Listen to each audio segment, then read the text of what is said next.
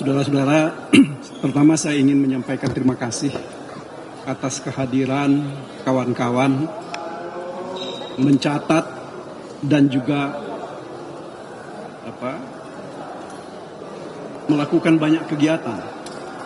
Bahkan juga saya kira mengabadikan seluruh kegiatan kita di Mahkamah Konstitusi ini.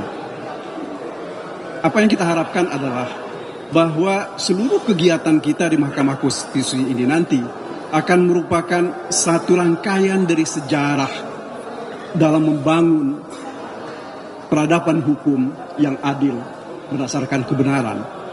Itu pertama yang ingin saya sampaikan kepada saudara-saudara. Kemudian yang kedua, saya kira tugas kita sekarang adalah mencoba untuk melihat secara baik dan nantinya mendengar secara baik apa yang akan menjadi putusan dari Mahkamah Konstitusi. Ya, tentu kita berharap bahwa Mahkamah Konstitusi tidak akan terikat dengan kungkungan tradisi yang selama ini bisa merugikan banyak pihak. Kita berharap mereka melakukan kegiatan apa yang kita sebut dengan judicial activism. Dalam arti bahwa mereka harus melakukan pembaharuan hukum. Ya. Sebab saudara-saudara, dalam permohonan kami misalnya, kami sudah tunjukkan kepada Mahkamah Konstitusi di luar negeri sana, baik di negara yang menganut sistem hukum common law ataupun seperti kita, ya, civil law, mereka sudah memutuskan perkara-perkara perselisihan tentang hasil pemilihan. Salah satu argumen yang mereka sampaikan adalah kalau proses pemilihan itu dilakukan dengan cara yang tidak baik, dilakukan dengan cara yang curang, maka itu akan menjadi alasan untuk membatalkan pemilihan presiden itu. Sebab mereka beranggapan bahwa kejahatan sekecil apapun itu tetap adalah kejahatan. Nah, ini saya kira yang tidak bisa kita tolerir. Dan ini juga yang menjadi alasan kami mengapa kami datang ke Mahkamah Konstitusi ini. Kita ingin mengingatkan kepada bangsa ini tidak boleh kita mentolerir keburukan. Apalagi kalau keburukan itu dilakukan untuk mempertahankan kepentingan satu keluarga atau satu kelompok, terlebih lagi kalau untuk membangun dinasti baru. Ya. Sebab saya kira sejak kita merdeka, dinasti itu tidak boleh dibangun kecuali untuk kerajaan-kerajaan. Kita, saya kira terutama sejak 1998, demokrasi sudah dikembangkan secara baik dan ini berkembang. Akan tetapi nampaknya sekarang di akhir ini hampir ke tahun ke-25 dari proses sejak reformasi itu, ini mau ditutup, ya, mau diabaikan untuk kepentingan keluarga dalam jangka pendek. Itu persoalan kita. Saudara-saudara, saya cuma sedikit akan menyampaikan apa yang saya dengar, ya, dari pernyataan-pernyataan menteri, 4 orang menteri dari pagi tadi dan juga dari DKPP.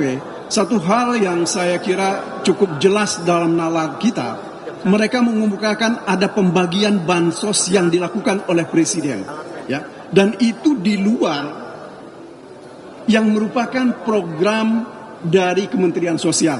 Bahkan Ibu Menteri Sosial tadi mengatakan bahwa tidak ada keterlibatan beliau atau keterkaitan beliau sebagai Menteri Sosial terhadap pembagian bansos atau apapun namanya yang dilakukan oleh presiden secara langsung.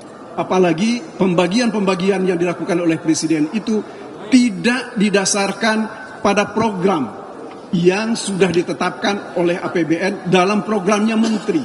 Tetapi ini berdasarkan satu Kepres 125 tahun 2022 yang, ya, Kepres itu dibikin sendiri oleh presiden. Ya, kita nggak tahu argumen awalnya ini untuk apa. Meskipun di dalam pelaksanaannya dikatakan itu adalah untuk mengatasi El Nino. Ya. El Nino itu kan sudah, kalau seperti ahli-ahli yang sudah kami hadirkan kemarin, November tahun lalu itu sudah selesai. Mungkin kalaupun ada keterlambatan hasil panen, tidak perlu dilakukan setiap bulan pembayaran-pembayaran terhadap bansos terkait dengan El Nino ini.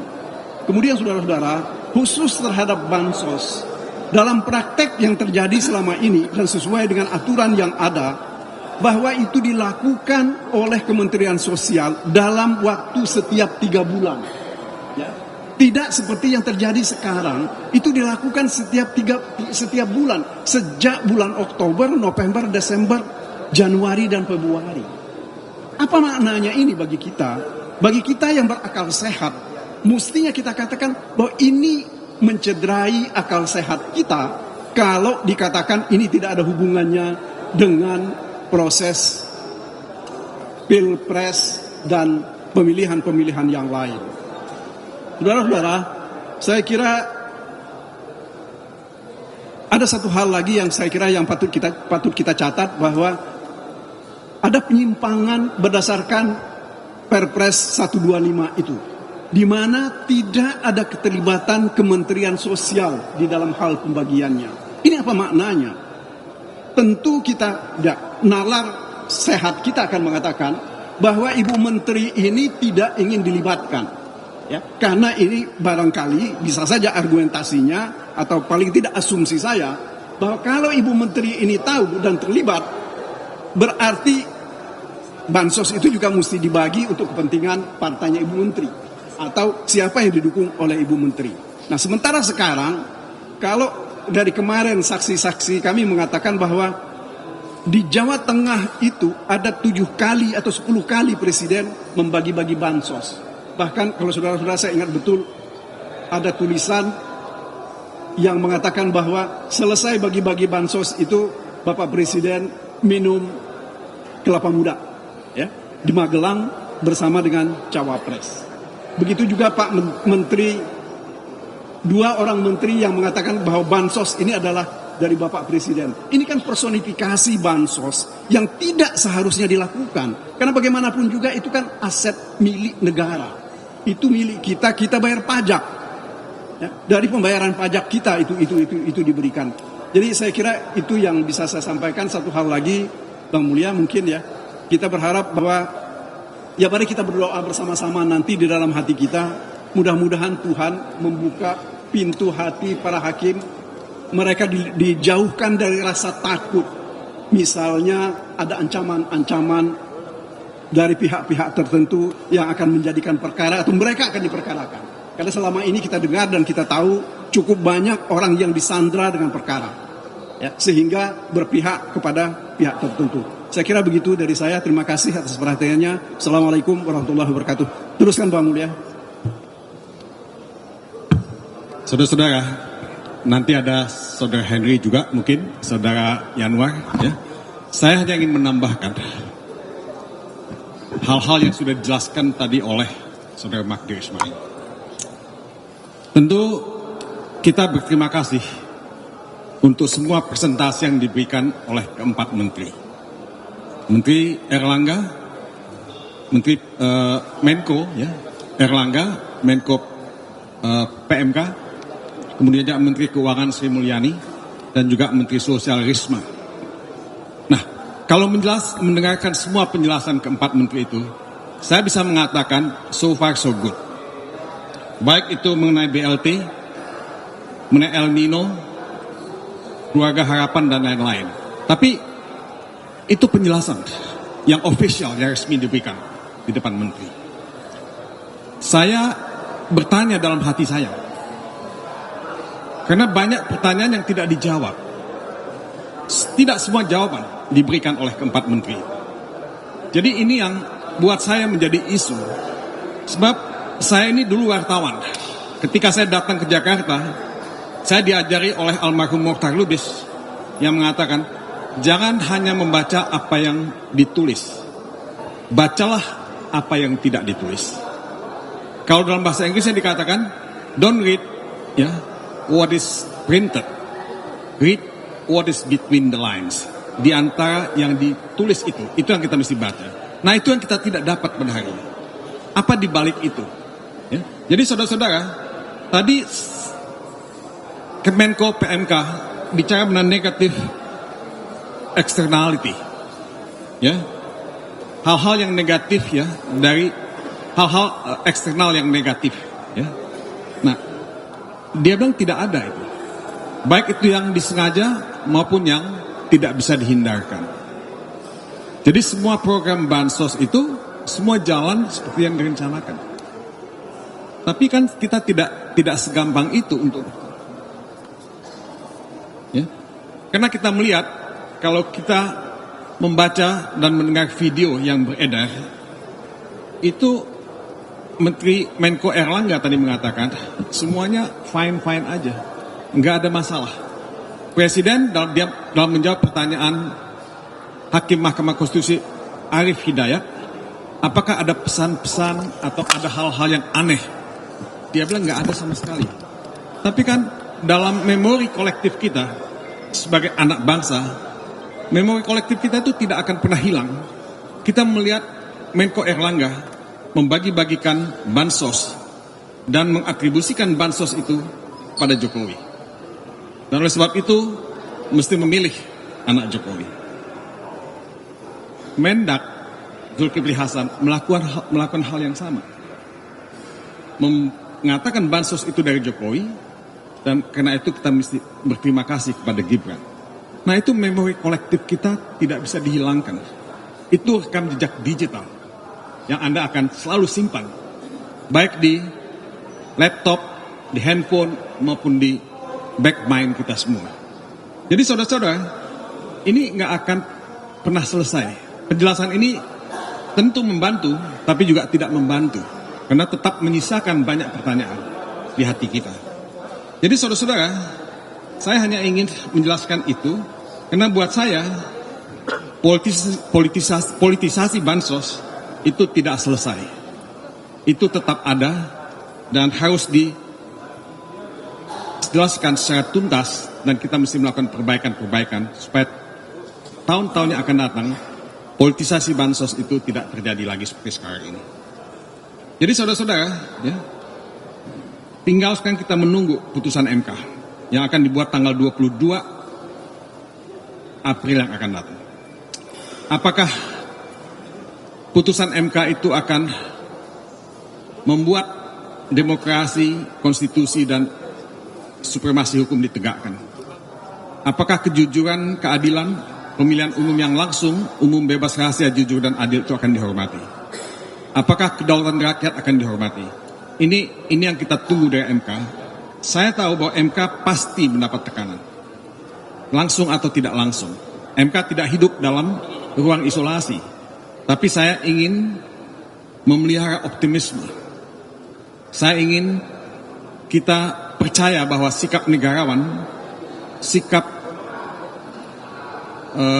bengawan hukum, ya, dari hakim-hakim MK itu akan tetap ada, dan mereka punya komitmen untuk bangsa ini, komitmen untuk kita semua. Ini bukan persoalan menang atau kalah, ini bukan persoalan Ganjar atau Mahfud, ini bukan persoalan Magdir Ismail, Henry, saya atau Pak Yanwar. Ini persoalan demokrasi, ini persoalan hak yang paling hakiki yang kita miliki sebagai anak bangsa. Tidak ada satu kekuatan pun yang bisa mensubversi kedaulatan suara yang kita punya, kedaulatan suara anak-anak bangsa. Jadi saya hanya ingin, ya, memelihara optimisme itu. Semoga kawan-kawan juga memelihara optimisme itu. Kita menunggu tanggal 22, ya. Semoga Tuhan memberikan yang terbaik buat kita sebagai bangsa. Mungkin itu saja yang saya ingin sampaikan. Mungkin Henry atau Pak Yanwar, silakan. Karena apa yang sudah disampaikan oleh Bang Timbul sama Magdir Ismail, saya anggap cukup. Dari saya cukup. Terima kasih. Ya, terima kasih Pak Magdir, Bang Mulya, teman-teman wartawan. Kita semua tadi sudah menyaksikan bagaimana dan mendengar bagaimana para menteri memberikan keterangan, tetapi itu terbatas pada regulasi. Kalau regulasi kita tidak bisa tutup mata, pasti dibuat sangat bagus, pasti dibuat sesuai dengan tahapan-tahapannya. Tetapi keterangan para menteri tadi tentu saja berbeda dengan keterangan para saksi yang pernah kami hadirkan. Bagaimana di Sumatera Utara, di Medan, pembagian bansos begitu masif.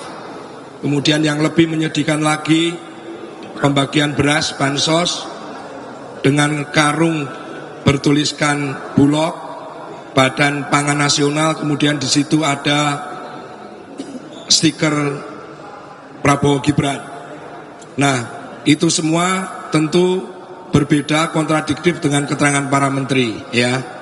Satu itu. Yang kedua, kami ingin memberikan satu catatan, apabila Mahkamah Konstitusi dalam memutuskan perkara permohonan kami, permohonan 01 itu tidak membaca keadilan, tidak membaca kebenaran-kebenaran yang diterangkan oleh para saksi, maka akan menjadi presiden dalam pilkada yang tahapannya pada bulan Mei sampai pelaksanaannya November nanti. Bukan tidak mungkin pilkada nanti kita akan menemui pola-pola yang sama, kita akan menemui cara-cara yang sama seperti yang dilakukan dalam Pilpres ini. Jadi kawan-kawan, kita berharap Mahkamah Konstitusi akan memberikan keputusan yang bukan saja adil bagi urusan Pilpres, tapi menjadi pegangan buat Pilkada 2024 nanti. Terima kasih.